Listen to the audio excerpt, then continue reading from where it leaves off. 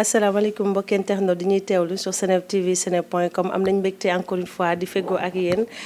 comme ni ñu koy defee saa su ne ci samay jotaay fii ci Seneweb ñu daal di leen di dëgtal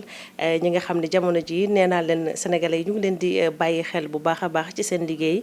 tey nag ki ma dalal kenn la koo xamante ni mu ngi bokk ci étoile montante de la musique sénégalaise bokk ci ñi nga xam ne tey am nañ yaakaar ne mun nañu bokk ci espoiru musique sénégalaise waaye tamit war nañu mën a yóbbu suñu musique partout à travers le monde génne nag foofu ca seen Petit Gallé su ma ko waxee rek seen xel war naa dem ci mbëggee bi nga xam ne nag wax dëgg fa yàlla depuis bi mu fëlee seen Petit Gallé mu ngi def liggéey bu am solo sénégalais yi nawloo ko ci voix am ci performance am ak liggéey bu am solo bi nga xam ne moom lay def dañuy bàyyi rek mu daal di nuyoo ak yéen mbokki internet yi su ko defee ñu dugg ci waxtaan mbëggee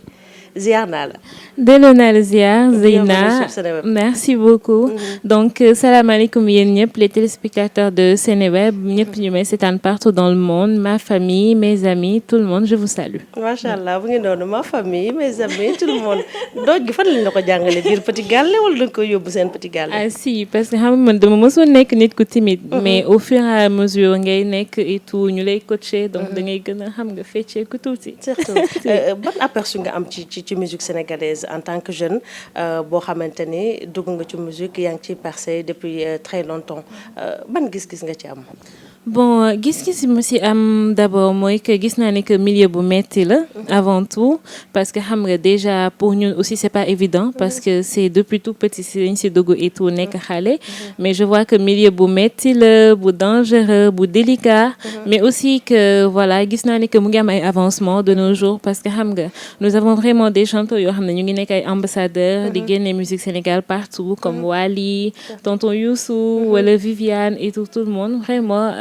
juste di si kontaan. d'accord nekk jeune di def musique wax nga ko c'est pas du tout évident doon na lu metti rawatina déjà musique rek doon mag nekk ci dafa metti parce que ça demande beaucoup de maturité des fois parents yi dañuy d'accord nga def musique ñu dem ba ci biir seen xel di dellu ginnaaw wala yooyu est-ce que loolu dal na mbëggee.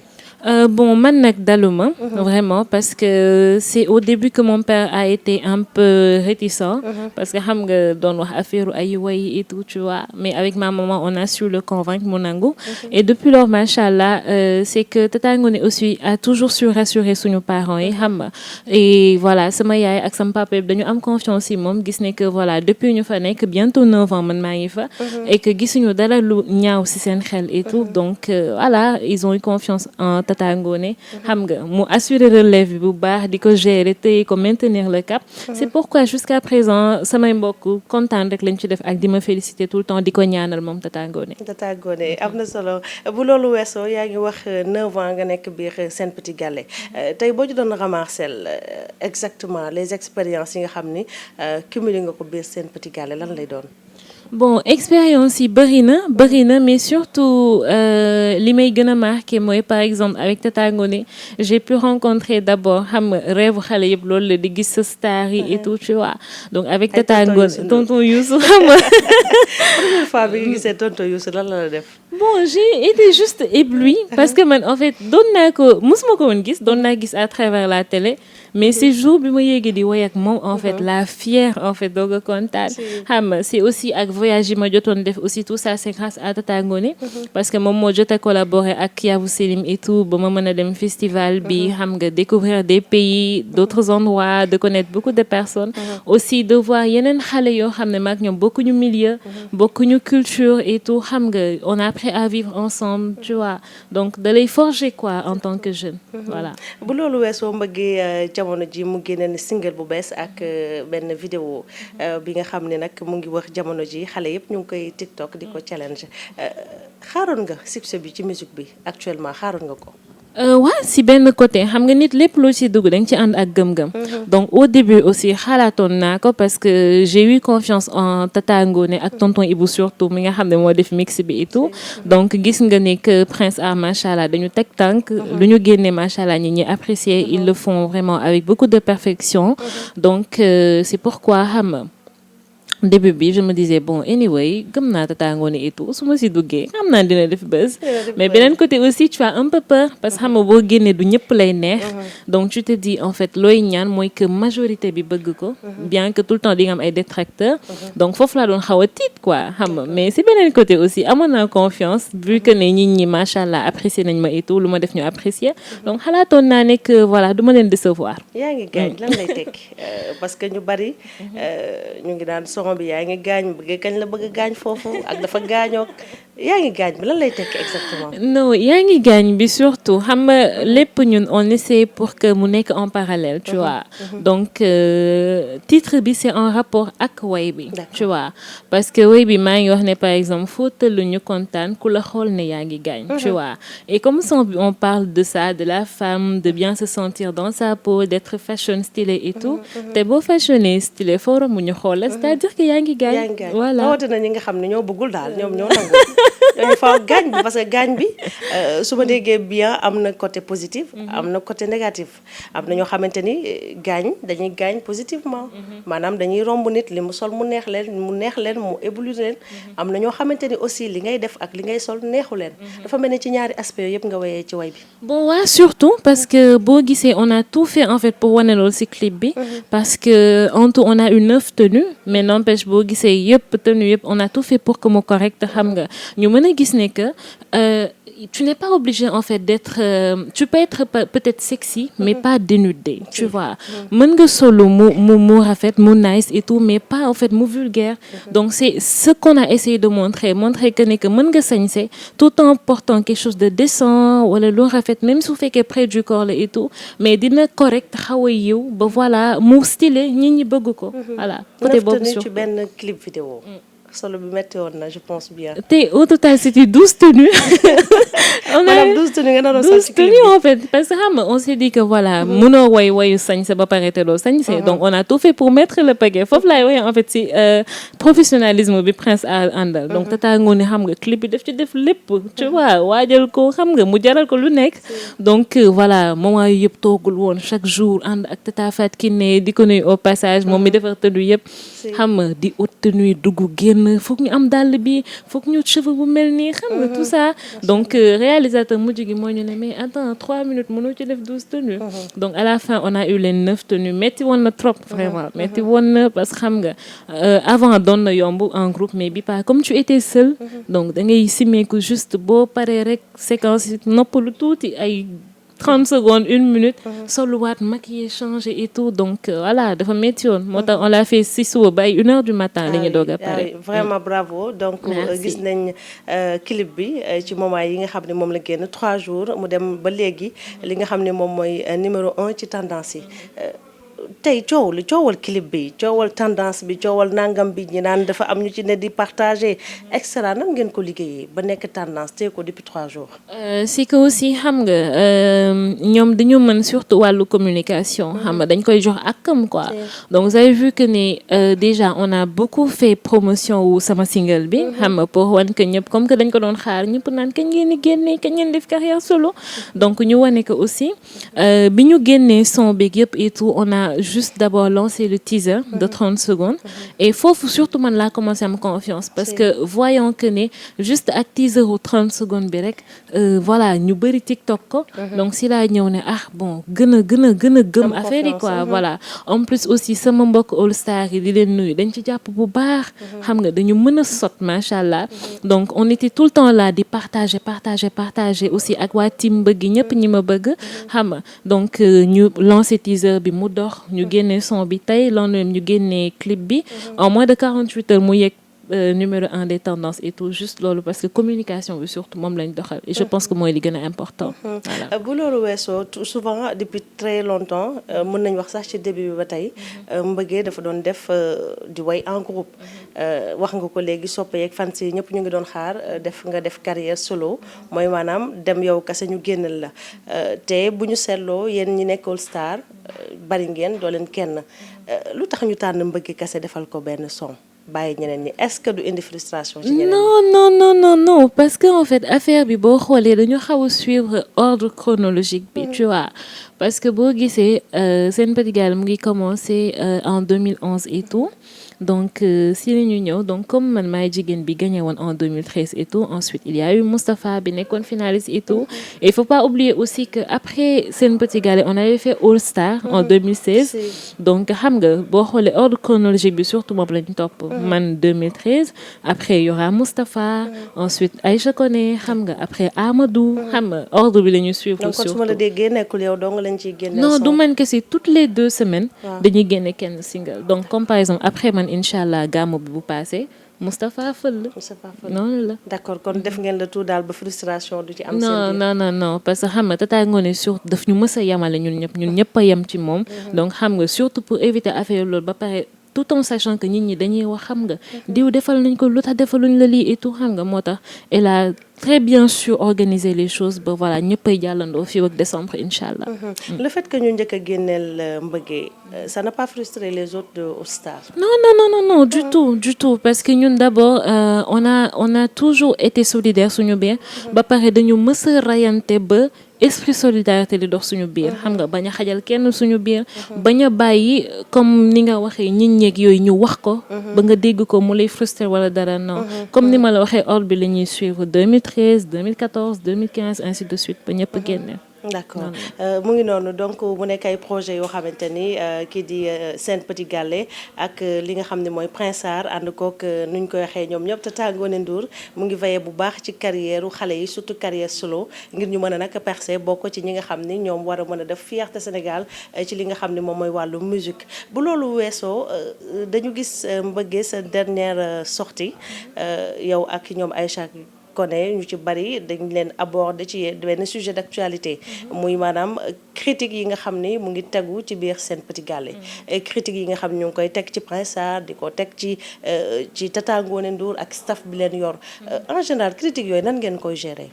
bon surtout xam nga rek nit boo xamee fi nga bokk xam ni nga mel ba pare gëm sa bopp je pense que dara mënu la déstabiliser non ba pare comme on dit elle a su def si ñun benn éducation boo xam ne elle nous a carrément préparé ci monde showbiz donc li yëpp ñun miin nañ ko en fait on a grandi avec donc xam nga mooy li ñuy wax naan boo may séntu ci gaalu xaj pour ma lekk fa doo ma fa gis donc ñun si loolu la ñuy mës a rayante ba gis nga All Star yi macha allah en fait doo toog ba dégg ci kenn dara lu ñaaw xam nga juste ay tuuma yoo xam ne voilà c'est terre à terre te ñun mënuñu sonal en fait vu que tout le temps ñu ngi essayer di wan nit ñi que ne ñun ñu baax lañ ba pare di lijjanti di am suñuy diplôme baccalauréat yëpp ba ñu gis ko et tout ñu di ko wan nit ñi donc te ba tey wàccuñu ci yoon boobu moo tax donc on gère très bien les choses dañuy jàpp ne juste waxu nit ñi la on a toujours eu des détracteurs te du ñàkk voilà mënoo neex ñëpp mënoo def dara mu neex ñëpp et tout donc ñun foofu lañ ko jàppee du moment où am na ñu ko bëgg ba pare xam nga boo amee ku la tontul yow lan ngay tontu non dangay gis carrément des fois commentaire da ngay lire mais nit ñi xuloo lay nekk dañ lay défendre ba pare donc doo soxla sax di wax et tout da ngay bàyyi juste nit ñi di wax yow ngay avancer et surtout critique yooyu moo lay en fait yee si àdduna mooy tax tout le temps da nga naan su ma defee li nit ñi dinañ wax donc tout le temps tu essaies d'être tout le temps si droit chemin bi et tout ba voilà. D'accord est-ce que aussi loolu aussi pression bi du gën a metti ci seen côté parce que toujours li may wax comme buñ lay séntu ci gaalu xaj doo ca lekk souvent bëggee idem que yéen ñi nekk yëpp pression bi dina metti ci yéen peut-être des fois nit ñi dañuy fàtte ni ay nit ngeen da ngeen war a vivre naturellement war a génn ak seen xarit war a dem et cetera pression boobu noonu est-ce que du metti en tant que vous êtes jeune. bon c'est très très très difficile très même parce que xam nga comme bu fekkee da nga ñëw gis benn jeune boo xam ne man bi may dugg 11 ans laa am d'autres am na ñu fa duggee 10 ans ñii 12 ans tu vois donc bu fekkee da nga gis benn xale bu am 11 ans boo xam ne normalement dafa war a xam nga épanouir ànd ak moromam yi di génn ak yëpp et tout mais juste en fait siiw tax ba mënoo ko xam nga donc dafay metti ba pare aussi xam nga yan bi dafa diis parce que lépp loo def yaa ngi sóor nit ñi doo bokk xam nga des fois da nga lii yenn post yi ñu naan la par exemple ouais da ngay dund vie wu je m'en foutisme tu te fous de ce que les gens disent mais da ngay xool nga ne man de lii mënuma ko dund parce que su ma defee nit ñi dinañ wax mais juste ci voilà dal ci yow dal ci Tata Ngoné voilà te yan bi dafa diis si ñun yan bi dafa diis surtout que ak problème yi am ñun tout le temps ñii dañuy teg suñu bët sama yaay tout le temps loolu la may wax naan ma xam nga bu la yóbboo nga fonk sa lii bu la bee boo nga def nii jàng ñi ñaa ngi ubbi seen bët di xool de te lu ndaw la ñuy xaar en fait pour wax donc pression bi foofu la méttee surtout lépp looy def dañuy soor ñi ñi doo mën a génn fu bëri bëggoo ñi ñi naan dafay taxawaalu wala dafay latee wala dara xam nga donc moo tax mais heureusement ba voilà on a la tête sur les épaules et on sait gérer ça. bu loolu weesoo mbëggee aperçu bu mu am ci le cas de Dieyna et de Mame Diarra ban aperçu nga ci am en tant que non seulement ñoo leen bokkee seen petit gàllé bokku tey même génération ndax tey ku wax mbëggee seen petit gàllé aussi y a sa carrière bi nga xam ne moo ne ci kanamam te yaa ngi ko wax sànq ci début bi musique dafa xaw a metti gis nga leen ñoom ñëpp ci musique la ñu nekk ba peut-être critique yi ñu leen di teg ñu tegee leen ko ci musique ban aperçu nga ci am en tant que ñu bokk ak ñoom génération. Bon de toute façon man wax boobu xam nga dafa nekk wax boo xam ne dama koy daw tout le temps suñu fu ñu invité parce que xam nga c'est normal c'est évident que question bi dafay ñëw tout le temps vu que dañu bokk seen petit gàllé mais day nekk loo xam ne man du ma ci sori tout le temps même su may wax ak samay mbokk je leur dis mais attends anyway c'est leur vie à elle en fait parce que fii ñu ñëpp ay mag lañ ku ne xam nga lu baax xam nga lu bon te en fait la vie est faite de choix moi je me dis que c'est leur vie awma droit wax ci awma droit juger leen et tout donc xam nga ba pare ñun sama yaay sax daf surtout day rayante ci loolu que voilà lu sa yoon nekkul bu ci dugg même Tata Ngoné c'est ce qu'elle fait seen yoon nekkul ci bu leen ci dugg xam nga c'est interdit par la religion donc voilà nit da nga yem fu sa foo war a yem en fait donc c'est ce que je me dis c'est leur vie ñoom la après tout aussi ce sont mes sœurs parce que lu mu bon moom Dieyna par exemple elle a fait 2 semaines à seen petit gàllé donc sekk nañ jàmm Diarra on a fait presque 3 ans ensemble samay sœurs lañ et tout xam nga suñu waree wax dañuy wax sekk jàmm mais voilà je me dis que c'est leur vie c'est leur vie. hormis la musique yan relation nga am ak ñoom particulièrement.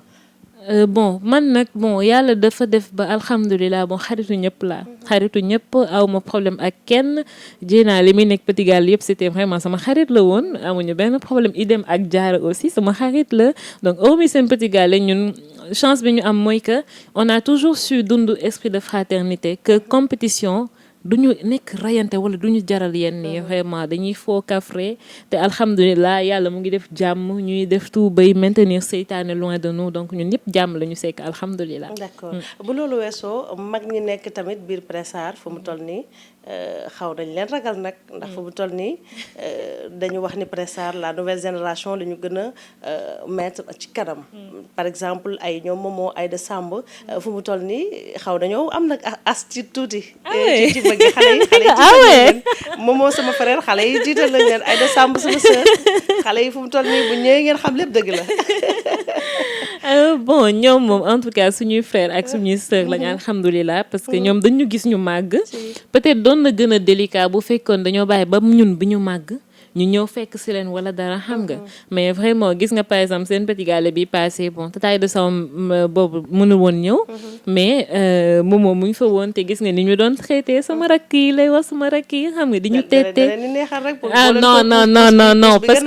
parce que ñoom vraiment dañuy gis nga fu ñu war a conseiller dañuy conseiller vraiment comme Tata Swadou par exemple et tout xam nga bi single bi génnee woon ma félicité ma et tout donc xam nga voilà ñoom dañuy teg si yoon quoi vraiment suñu gisee lu baax dañ ñu koy wax suñu gisee lu bon fu ñu taseeg ñoom ñu tëye ñu dinañ ñu noo mënti def tëye ñu si rukk conseiller ñu di ñu wax moytu leen milieu bi mel na nii nit da ngay xam sa bopp et tout et vraiment di si sant yàlla alhamdulilah ndax lépp Tata Ngoné la waaye li ñu gis nii non faut pas dire ça non faut pas dire ça xam nga moom laa ci gën a yem Momo Dieng fu mu toll nii boo prépare suñu mag la non du tout dañ koy bokk rek yaatal ko ñëpp bokk voilà macha allah hormis aussi les artistes yu nekk biir Pressar les relations yi ngeen xam am ngeen ko ak extérieur parce que commencé ngeen carrière solo comme ni ñu ko waxee on tend à ce que ngeen dem ba seen carrière mën a nekk international ngeen yóbbu la musique internationale et ku wax loolu wax nag liggéey bu metti plus des collaborations yi nga xam ne war ngeen ko am ak le monde extérieur lan ngeen ciy liggéey actuellement. Bon en ce moment aussi xam nga parce que boo gisee xam nga milieu bi dafa yaatu donc man xam nga dama nekkoon nit koo xam ne dama xawoon réservé tuuti ndax timidité bi mais xam nga au fur et à mesure jours da ngay gisanteeg artistes yi xam nga ak animateurs yi xamanteeg ñoom di échanger numéro et tout ça da ngay xam ne que c'est dans le cadre de pouvoir travailler ultérieurement parce que gis nga ni featuring yeeg yooyu dafay neex nit ñi et tout en plus day avancer sa musique donc vraiment te Tata Ngoné nekk na koo xam ne vraiment siisul kenn si ñun donc voilà on est vraiment là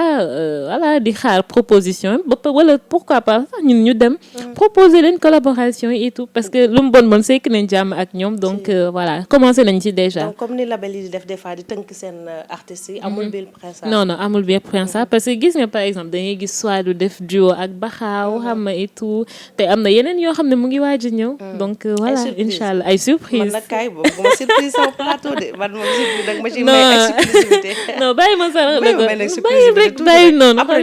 man a yow la caméra des na xoolal octobre lañ nekk nii des na la novembre décembre nga gis benn bu pop incha allah bu doy waar ça promet quelque chose incha allah incha allah rabbi donc ñu ngi ñaan yàlla defal leen ci jàmm en tout cas am na woon nañ mbégte dalal la fii ñu waxtaanee li nga xam ne moom mooy ta nouvelle production muy sa vidéo bi nga xam ne génn na ak retour bi nga xam ne am nañ ko ci ak vraiment ni ko sénégalais jëlee apprécier ko lan la ñu war a mën a xaaraat comme projet très personnellement pour la carrière de Mbeugué. Tout à fait très personnellement aussi da ngeen xaar encore yeneen single ak aussi un album parce que c'est dans les projets donc pour le moment comme génne naa sama boss et tout et que alhamdulilah yàlla def na ci sutura donc on va maintenir la promotion du single inchallah xam nga mu gën a pop xam nga parce que ins bi ku nekk bëgg nga par exemple sa vidéo am ay millions de vues et tout ak ay challenge yu bëri xam nga mu dem pourquoi pas ba génn même niveau national bi donc après ça inchallah y aura mes confrères ñi nga xam ne ñoo xam ne dañoo war a génne seen single donc après ñoom inchallah n'empêche on va xaar tuuti bàyyi leen ñoom tamit xam nga pour permettre leen ñu def seen promotion mais en même temps dañuy continuer di liggéey ci suuf xam nga parce que saa boo amee idée rek bind ko balaa mu lay rëcc ndax voilà xel du doy continuer aussi xam nga di seet mag ñi aussi ñu lay conseiller di la dolli ngay bind di denc parce que voilà on prévoit vraiment de très belles choses parce que xam nañu nit ñi am nañ yaakaar ci ñun ñëpp tout le temps da ngay lire commentaire ñu naan la non tu seras une star planétaire am nga avenir et tout inchallah donc tu te dis non ak ñi li ñuy wax buñ ko waxee c'est parce que gëm nañ ko te man wax naa ko gëm et que mën na nekk donc da ngay rayante pour denc lu bëri pour que saa yoo génnee nit ñi bëgg nit ñi kontaan ébloui. oui macha allah yàlla baax na donc am nañ mbégte loolu kontaante mais Mbeugué bi ñëw seen Petit Gallé ñëpp xam nañ ne xale la waaye jamono ji nag macha allah sama rakk ji màgg na xam naa Tata Ngoné ay fiir lay def yooyu ay kër gi ay ñaari xar yu góor ak jigéen sax duñ fi dende projet de mariage c'est quand parce que nag bi ngay dugg seen Petit Gallé xale nga waaye nag fu mu toll nii macha allah am naa buntu bi gars yaa ngi fëgg na Tata Ngoné tijji buntu bi nag waaye gars yi dugg. non ins bi nag bon même à part Tata Ngoné aussi mes parents aussi ils sont un peu catégoriques par rapport à ça parce que xam nga aussi xale laa woon mais xale laa ba tey tamit. J'ai 19 ans mais 19 ans. nee ko 19 ans donc macha allah mais bon je me dis que. mais gis nañ comme Sokho Bébé elle s'est mariée très tôt. je pense que quand une femme mu ngi ci dara. gis ku ko bëgg takk ko aussi jàppale ko ci loolu protection la ci moom je pense que c'est pas du tout quelque chose bu dangereux wala bu metti non je dis pas que c'est quelque chose de dangereux mais xam nga lépp loo gis rek mooy li ñuy wax choix la et tout peut-être elle c'est son choix wala gis na ni que mën na ko gérer du ko créer benn problème et tout mais bon moi je me dis que su fekkee maa ngi sama pareegul daal man maa pareegul voilà je me dis que comme machallah yàlla defal na ma sutura aussi si jàng bi comme si musique bi donc voilà ñaan naa yàlla quand même xam nga defal dara samay parents avant xam nga même bu dee même après mariage mën na continuer mais bëgg naa xam nga taxawal sama bopp ba dëgër ba mu leer ma ne taxaw naa après ubbi bunt bi jëkkër ñëw parce que après tout jigéen bu nekk loolu ngay ñaan kon fu mu toll ni kenn new fi nee kenn nekk fi kenn new fi man ak yooyu waxtaan bàyyil yooyu non bañ Tata Ngoné naa man non ça marche pas ici fii xar yu góor yu jigéen ñi sax duñu taxaw ma Tata Ngoné dafa fiir fu mu taxaw da koy non mais wax samay doom lañ kenn du leen laal non mais këram xar yu góor yu jigéen duñ dend de xar yu góor yu jigéen sax duñ dend non vraiment fu mu toll ni kenn nekk fi kenn nekk fi ñu bàyyi ñu bàyyi ma si kanam donc mbokk internet yi mu ngi noonu samay sœur lañ d'autant plus musique bu ñuy def ay xarit lañ ñun ñëpp donc amoon naa mbégte dalal fi fii ci Seneweb ñu waxtaanee li nga xam ne moom mooy single bi ak projet yi nga xam ni say soppe ak sénégalais war nañ koo mën a xaar ci li nga xam ne moom nga nekk di def ma bàyyi la nga tàggoo ak internet yi la doon seetaan. Bon avant tout maa ngi lay remercier yow mi Zeyna vraiment kontaan naa si gis ne que yéen a ngi jàpp bu baax si affaire yi. Vraiment tu es vraiment quelqu'un de très gentil. Mettre nga ma à l'aise et tout macha allah di remercier encore samay parents samay xarit partenaires yi nga xam ne surtout ñoo jàpp si clip bi. Kiné Ndour Design Eben Prod. Complexe Sophia ak Espace Beauté voilà Tafat Lay Kent Tahawa. Service commercial. Ah bien sûr donc xam nga remercier ñëpp waa Mbour waa Saint-Louis xam nga sama mbokk yi fi ñu dëkk Thiès Dakar Rufisque waa team mbëggee surtout jàpp di sot bu baax di remercier képp kuy bëggee mbëggee xam nga képp ku ko bëgg voilà macha allah di leen remercier yéen aussi waa Seneweb macha allah kontaan naa bu baax. Merci beaucoup alors ñu ngi lay souhaiter une très bonne continuation. Donc di jaajëfal aussi Tata Ngoné Ndour mi nga xam ni noonu lañ ko xamee suñu grande sœur la suñu xarit la lépp li nga xam ne rek bëgg nañ ko foofu ci biir Prince Art rawatina biir Sen Petit Gallé dañu koy yombal ñu jaajëfal ko nuyu aussi ki nga xam ni moo di maman Prince Art ñu ngi koy nuyu aussi moom it suñu sister la suñu sœur la donc di jaajëfal aussi sama cadreur Oumar Sakho moo nekkoon ci cadrage bi li ngeen di gis muy son ak lumière ak montage yu nice yëpp Oumar Sakho moo ci jaar nee naa la caméra xale moo koy yor te man sama xale bi dama ko wóolu macha allah di remercier Vicky Yaher moo jaar aussi ci mise en beauté bi ak suñuy partenaire di leen jaajëfal di leen jox rendez-vous très bientôt ak beneen daanaan fii ci Seneweb TV seneweb.com jërë ngeen jëf